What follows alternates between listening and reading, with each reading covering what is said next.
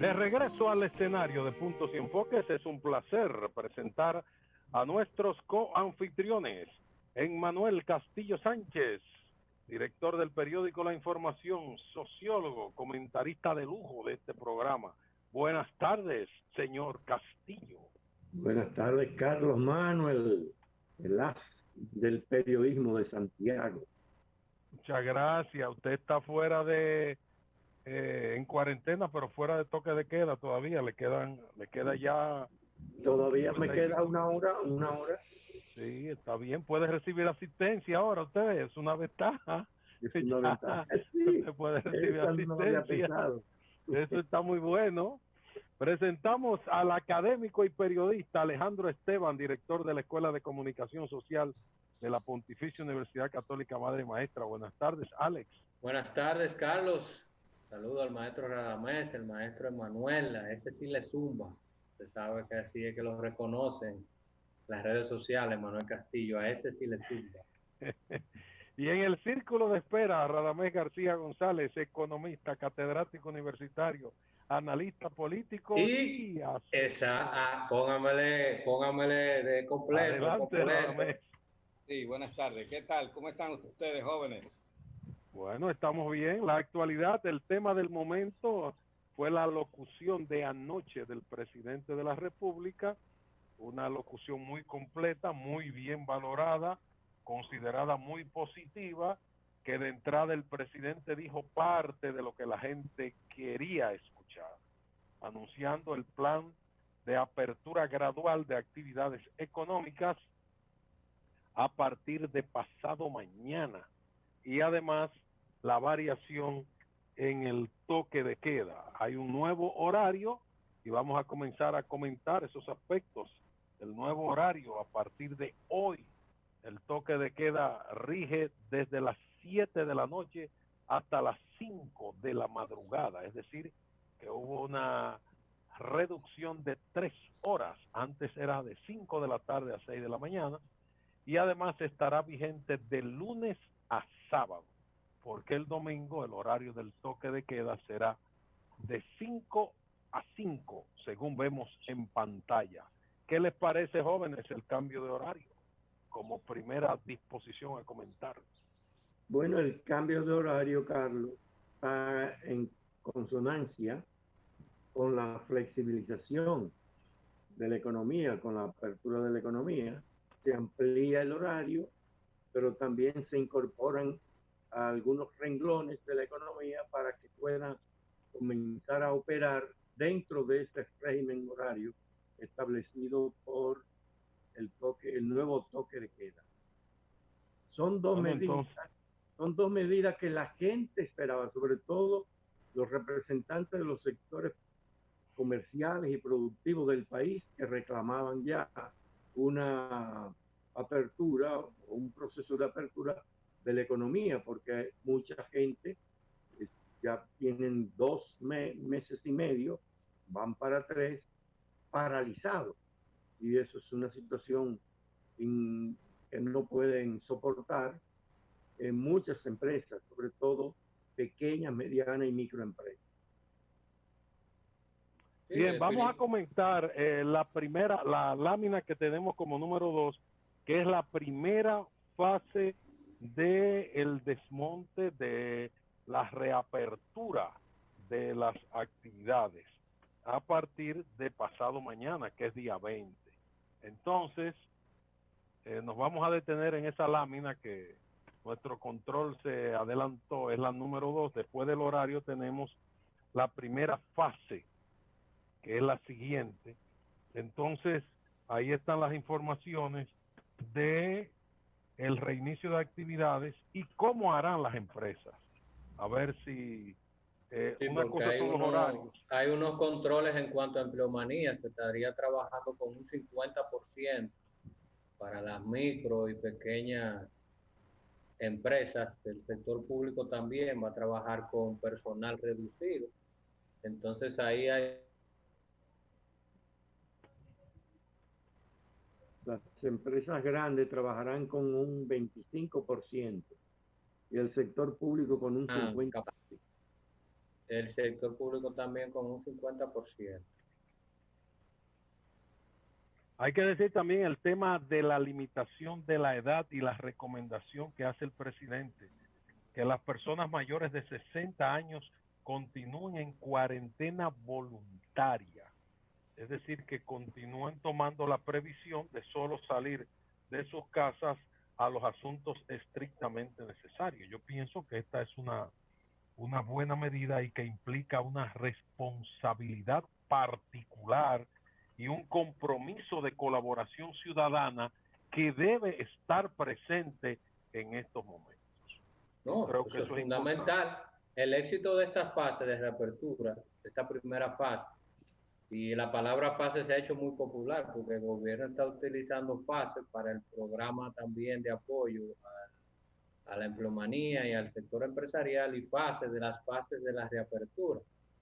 Entonces hay un tema también de responsabilidad con quienes son empleadores de personas de más de 60 años. Es decir, también debe de acogerse esa medida y darle la posibilidad de que no sean hostigados ni llamados a que se integren a sus labores los de más de 60 años, sino que puedan continuar en sus casas haciendo teletrabajo. Y que también sus empleadores, quienes tienen empleados con más de 60 años, deben también asumir su cuota de responsabilidad en esto. Hay un tema también que tiene que ver con el transporte y una decisión de gobierno que vamos a ver en la siguiente lámina.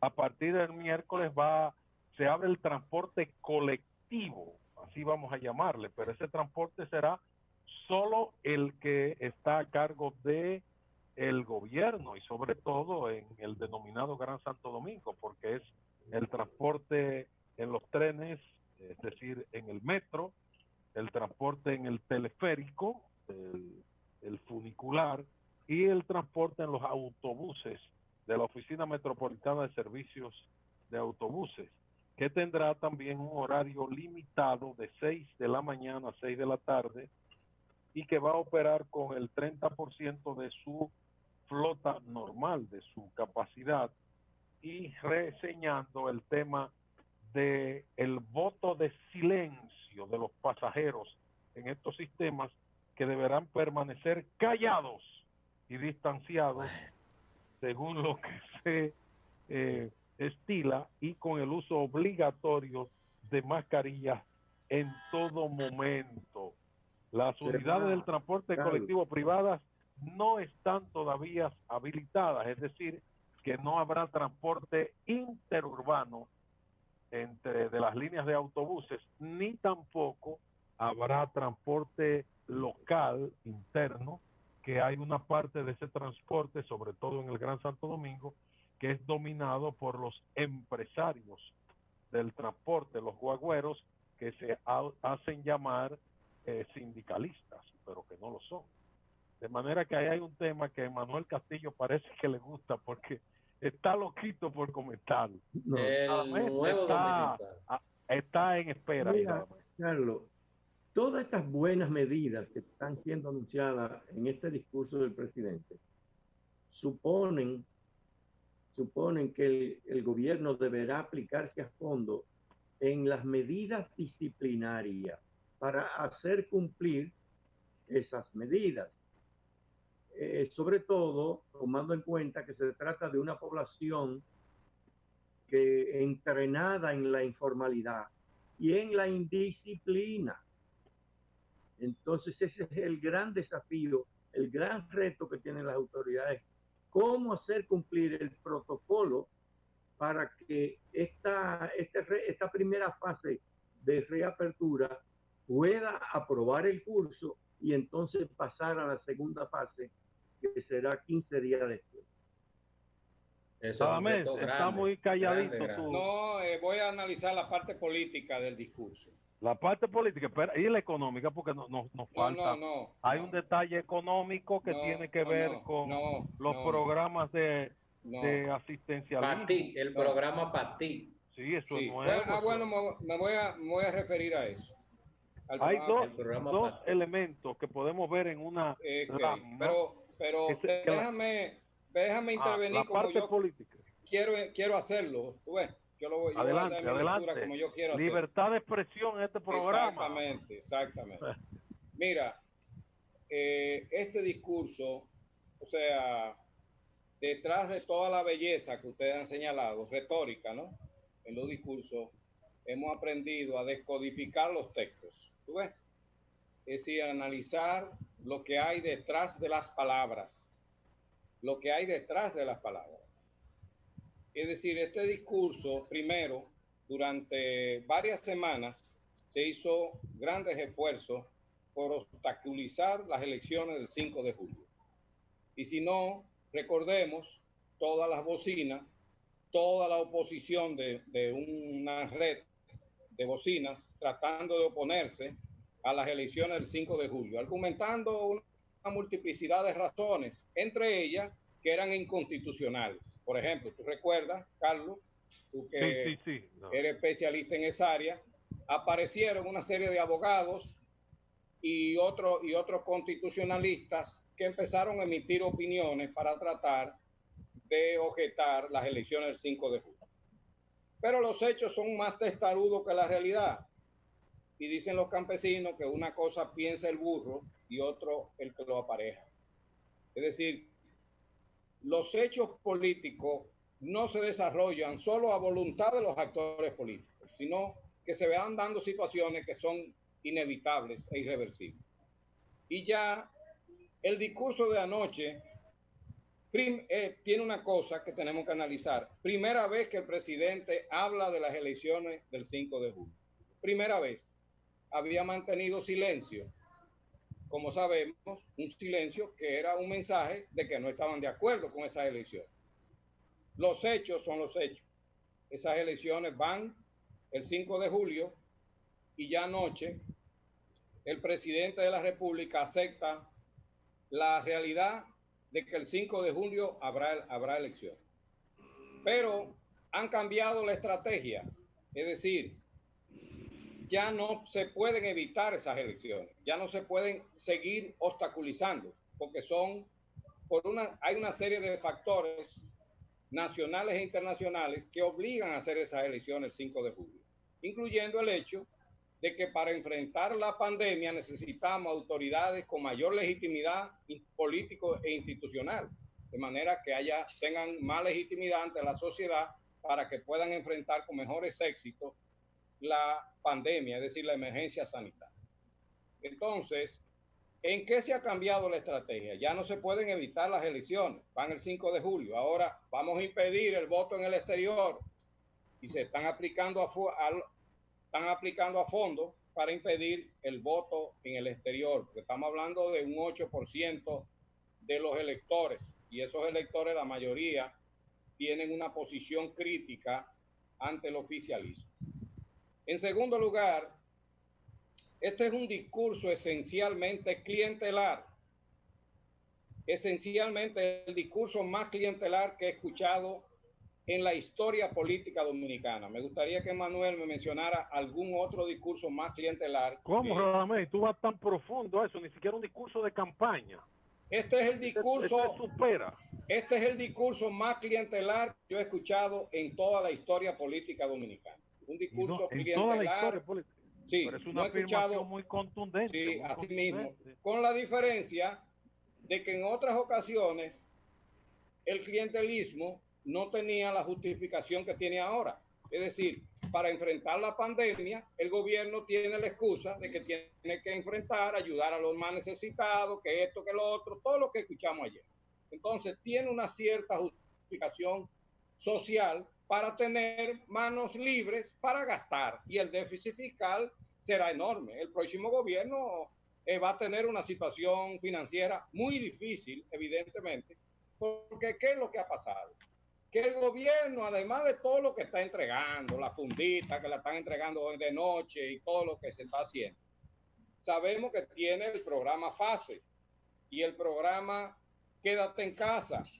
El presidente anunció ayer, Fase 2 anoche, y para ti ahora. Exactamente, que yo ahorita quiero hablar del PATI.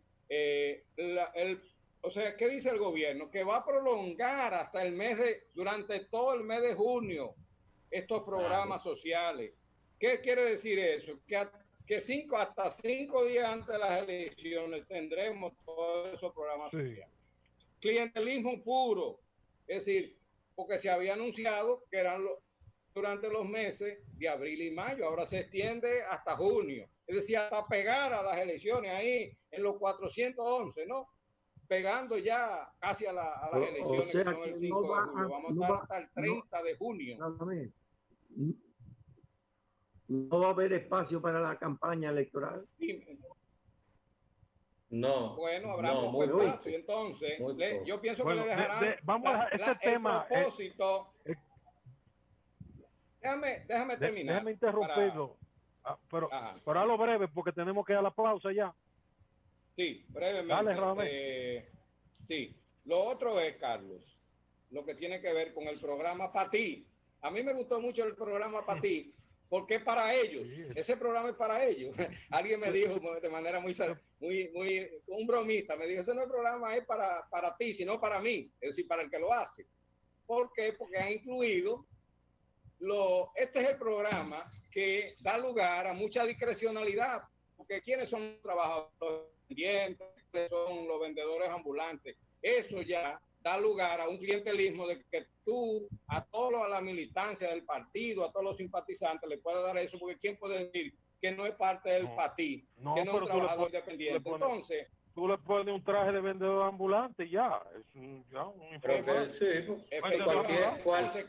Cualquiera es un informal. Entonces, Carlos, vendedor de coco para el calor. El discurso de anoche tiene una dimensión económica, pero tiene una dimensión política. Es decir, el gobierno acepta las elecciones, pero se ha ido por el lado de tratar de hacer la campaña impidiendo voto en el exterior y tratando de masificar el clientelismo en las próximas elecciones. Pero podemos seguir hablando de esto en el próximo segmento. Bien, gracias a Radamés García González. Estamos en Puntos y Enfoques. Aquí la prueba es de periodismo con responsabilidad.